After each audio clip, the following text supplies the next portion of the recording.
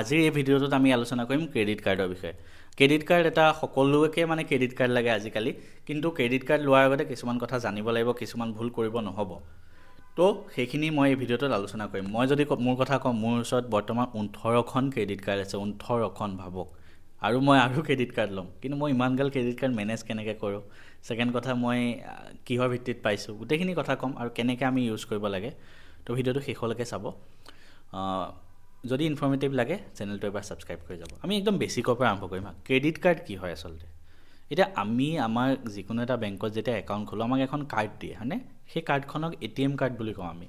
আচলতে সেইখন ATM card নহয়, সেইখনক কোৱা হয় ডেবিট কাৰ্ড, য'ৰ পৰা আমি ATMত গৈ পেলাই পইচা উলিয়াব পাৰোঁ। ঠিক আছে, অৰ্থাৎ আমি ATMৰ পৰা যদি পইচা উলিয়াব পাৰোঁ, সেইখনক কোৱা হয় ডেবিট কাৰ্ড। তো ক্ৰেডিট কাৰ্ড কি হয়? ক্ৰেডিট কাৰ্ড হয় সেইবিলাক কাৰ্ড য'ৰ পৰা আমি পইচা উলিয়াব, পইচা উলিওৱাৰ কাৰণে সেইটো ইউজ নকৰে। ক্ৰেডিট কাৰ্ড হ'ল আপোনাক এটা লিমিট দিব বেংকে, যে এইখন ক্ৰেডিট কাৰ্ডৰ লিমিট 50,000 টকা। তো মাহটোত আপুনি 50,000 টকা খৰচ কৰিব পাৰে, যিমান খৰচ কৰে। তাৰপিছত মাহটো শেষ হোৱাৰ পিছত যিমান খৰচ কৰে সেই বিলটো আপুনি বেংকক দিব লাগে, কিন্তু তাৰ বিনিময়ত কিবা কেছবেক পায়, কিবা পায়। তো গোটেইখিনি কথা মই ক'ম, আপোনালোকে ভিডিঅ'টো শেষলৈকে চাব এতিয়া। তো ক্ৰেডিট কাৰ্ড হ'ল ডাইৰেক্ট একাউণ্টত পইচা নাথাকে, আমি খৰচ কৰি মাহৰ শেষত বিল থাকে দিব পাৰোঁ। এতিয়া প্ৰথম কথা, ক্ৰেডিট কাৰ্ড লৈ আটাইতকৈ ডাঙৰ মিছকনচেপশ্যন মানুহৰ যে ক্ৰেডিট কাৰ্ড থকা সি ধনী মানুহ। ঠিক আছে, মোৰ ওচৰত 18খন ক্ৰেডিট কাৰ্ড আছে, তাৰ মই ধনী মানুহ। মোৰ 18খন ক্ৰেডিট কাৰ্ডৰ এখন ক্ৰেডিট কাৰ্ডৰ 1 লাখ টকাকৈ লিমিট আছে, অৰ্থাৎ মোৰ ওচৰত 18 লাখ টকা আছে। মই যদি সেনেকৈ ভাবোঁ 18 লাখ টকা যদি খৰচ কৰি দিওঁ, অহা মাহত মই পইচা কেনেকৈ দিম? মইতো দিবই নোৱাৰিম, মোৰ ওচৰত সিমান ইনকামেই নহয়।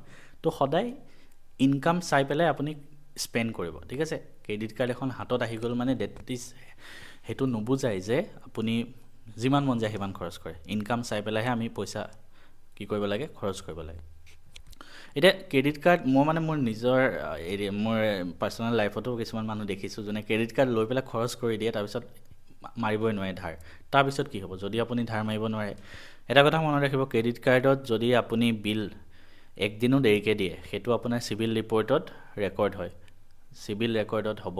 তাৰ ফলত কি হ'ব, আপোনাৰ চিভিল স্ক'ৰ পূৰা ডাউন হৈ যাব। আৰু একবাৰ ক্ৰেডিট কাৰ্ডৰ বিল লেট দিলে বা পইচা দিব নোৱাৰিলে 1 মাহত, তেতিয়া আপোনাৰ সেই বস্তুটো গোটেই লাইফ টাইম থাকি যাব আৰু সেইটো কেতিয়াও উঠি নাযায়। ঠিক আছে, তাৰ ফলত আপুনি ইন ফিউচাৰ ডাঙৰ কিবা লোন ল'ব আছে, কিবা আছে, কেতিয়াও লোন নাপায় কোনো বেংকৰ পৰা। গতিকে সদায় ক্ৰেডিট কাৰ্ড ল'লে টাইমমতে পইচা দিব লাগিব। এতিয়া এইখিনিতে মোৰ এটা কথা মনত আহিছে, ক্ৰেডিট কাৰ্ডবিলাক যে মোৰ ইমান আছে, মই কেনেকৈ মেনেজ কৰোঁ? মই ক্ৰেডিট কাৰ্ডবিলাকৰ পে'মেণ্ট কৰোঁ, চেক নামৰ এটা এপ আছে, মই তাৰ পৰা পে'মেণ্ট কৰোঁ। ঠিক আছে, CHEQ, চেক। তো চেক বুলি এটা এপ মই ইনষ্টল কৰিছোঁ গুগল প্লে' ষ্ট'ৰ পৰা। তাত কি হয়, মোৰ email ID the log in কৰিছোঁ আৰু চব ক্ৰেডিট কাৰ্ডৰ ডিটেইলছ দি থৈ দিছোঁ 18খনৰ। তো প্ৰত্যেকখনৰ ক্ৰেডিট কাৰ্ডৰ বিল বেলেগ বেলেগ ডেটত আহে। তো সেই চেক এপটোৱে চব ডিটেক্ট কৰি লয় আৰু মোৰ ওচৰত মেছেজ পঠাই যায় যে এইখন ক্ৰেডিট কাৰ্ডৰ বিল আহিছে। মই লগে লগে পইচা দি দিওঁ। ঠিক আছে, দেৰিয়ে নকৰোঁ। আপোনাৰ ওচৰত টাইম দিয়ে 15 দিনমান, তো মই লগে লগে পইচা দি দিওঁ। আৰু এটা কথা মনত ৰাখিব, যেতিয়া বিল পে' কৰিব যাব, আপুনি যি এপৰ পৰাই নকৰক, ধৰক মোৰ 4,000 টকা বিল হয়। ঠিক আছে, মই উদাহৰণ এটা দিলোঁ। তাত এটা মিনিমাম ডিউ থাকে, অট'মেটিক সেই মিনিমাম ডিউটোত ক্লিক হৈ থাকে। মিনিমাম ডিউ ধৰক 400 টকা, আপোনাৰ টোটেল বিল 4,000 টকা। এই মাহত আপুনি মিনিমাম ডিউ 400 টকা দিলেও হ'ল। ওপৰত 4,000 টকা ওলাই থাকিব, তলত মিনিমাম ডিউ 400 টকা। তো বহুতে কি কৰে, সেই মিনিমামটোত ক্লিক কৰি 400 টকা দি থৈ দিয়ে। তাৰ ফলত কি হয় জানেনে, বাকী 3,600 যে থাকিল, সেইটোৰ লগত এক্সট্ৰা 10%, 20% ইণ্টাৰেষ্ট এড হৈ অহা মাহত 5,000 টকা হৈ যাবগৈ। ঠিক আছে, তো সেইটো ভুল কেতিয়াও নকৰিব, সদায় টোটেল ডিউ দিব। আৰু মিনিমাম ডিউ দিলে সেইটো চিভিলতো ৰিফ্লেক্ট হ'ব। গতিকে সদায় টোটেল ডিউ আমি দিব লাগিব আৰু সদায় টাইম মতে দিব লাগিব, মই অলৰেডি কৈছোঁ। তো এইখিনি বস্তু আপুনি ভালকৈ মনত ৰাখিব। ছেকেণ্ড কথা, ক্ৰেডিট কাৰ্ড এখন লোৱাৰ পিছত মোৰ নিজৰ যদি কথা কওঁ, আমাৰ ভয় কি থাকে, কাইলৈ যদি ফ্ৰড হৈ যায় আমি কি কৰিম? মোৰ এখন ক্ৰেডিট কাৰ্ডত 1 লাখ, 1.5 লাখ, এখনততো 2,20,000 লিমিট আছে। কাইলৈ যদি ফটককৈ ফ্ৰড হৈ যায় মই কি কৰিম? তো তাৰ ফলত মই কি কৰিছোঁ, প্ৰত্যেকখন ক্ৰেডিট কাৰ্ডতে এটা স্পেণ্ডৰ লিমিট লগাব পাৰি এপত গৈ। মোৰ HDFC ধৰক ক্ৰেডিট কাৰ্ড বা যিকোনো, মোৰ চব বেংকৰে আছে। তো যিকোনো বেংকত গৈ সেই এপটো খুলিলোঁ, তাত কাৰ্ডত ছেটিংছত গ'লোঁ, পাৰ ট্ৰেনজেকশ্যন লিমিট লগাই থৈ দিছোঁ। 1,000 টকা, 2,000 টকা, 5,000 টকা। সেই ক্ৰেডিট কাৰ্ডখন দি আপুনি অনলাইন 5,000তকৈ স্পেণ্ড কৰিবই নোৱাৰে। তো ফাৰ্ষ্ট ক্ৰেডিট কাৰ্ড লোৱাৰ পিছত আপুনি ফাৰ্ষ্ট কাম কৰিব, লিমিট লগাব এপত গৈ। ছেকেণ্ড, আৰু এটা তাত লিমিট লগাব পাৰি, ATM কেছ উইথড্ৰল, ATMৰ পৰা কেছ সেইটো অফ কৰি দিব। ঠিক আছে, কিয় কৈছোঁ? কাৰণ কাইলৈ কাৰ্ডখন লছ হৈ গ'ল, কোনেও ATMৰ পৰা পইচা উলিয়াব নোৱাৰিব আপোনাৰ। ক্ৰেডিট কাৰ্ডত ATMৰ পৰা গৈ পইচা উলিয়াব পাৰে, কিন্তু বহুত ইণ্টাৰেষ্ট লাগে তাত। একবাৰ উলিয়ালে আপোনাৰ এক্সট্ৰা 5-6 হাজাৰ টকা যাব। গতিকে মই কেতিয়াও ক্ৰেডিট কাৰ্ডৰ পৰা কেছ নুলিয়াওঁ। তাৰপিছত নেক্সট প্ৰশ্নটো আপোনাৰ আহিব যে ক্ৰেডিট কাৰ্ড ইমানেই যদি বেয়া, তো ইউজ কিয় কৰি আছে? তো মই ইমান ক্ৰেডিট কাৰ্ড লৈছোঁ কিয়? তাৰ এটাই জাষ্ট কথা যে কেছবেক। ক্ৰেডিট কাৰ্ড মই সদায় কেছবেকৰ কাৰণে ইউজ কৰোঁ। মই যদি সঁচা কথা কওঁ, মই গোটেইবিলাক ক্ৰেডিট কাৰ্ড মিলাই বছৰত 10,000 টকামান মই ছেভ কৰোঁ। আৰু মই maximum life time free credit card লওঁ। মই মোৰ চিভিল স্ক'ৰ বা মোৰ চেলাৰীৰ বেচিছত, ক্ৰেডিট কাৰ্ড সদায় চেলাৰী বেচিছত দিয়ে। আপোনাৰ যদি 1 লাখতকৈ বেছি চেলাৰী, ভাল ক্ৰেডিট কাৰ্ডবিলাক হয়তো লাইফ টাইম ফ্ৰী পাই যায়, ঠিক আছে। তো সেই হিচাপত পাইছোঁ। আৰু মোৰ বেছিভাগ ক্ৰেডিট কাৰ্ড লাইফ টাইম ফ্ৰীয়ে হয়, পইচা দিব নালাগে ফিজ।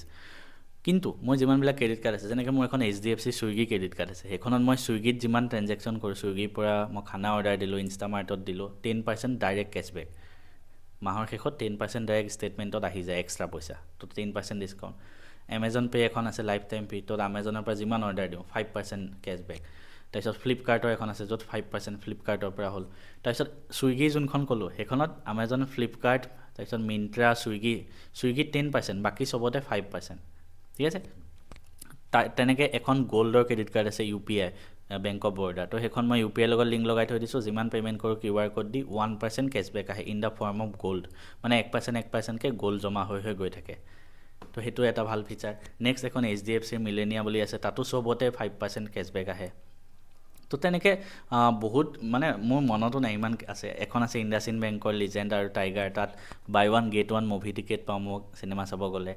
ঠিক তেনেকৈ আপোনাৰ ধৰক বহুত এখন আছে আপোনাৰ ফৰেক্সৰ কাৰণে, ঠিক আছে।